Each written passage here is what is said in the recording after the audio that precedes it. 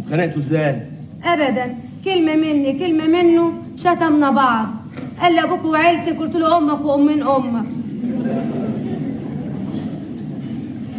امك وامين امك؟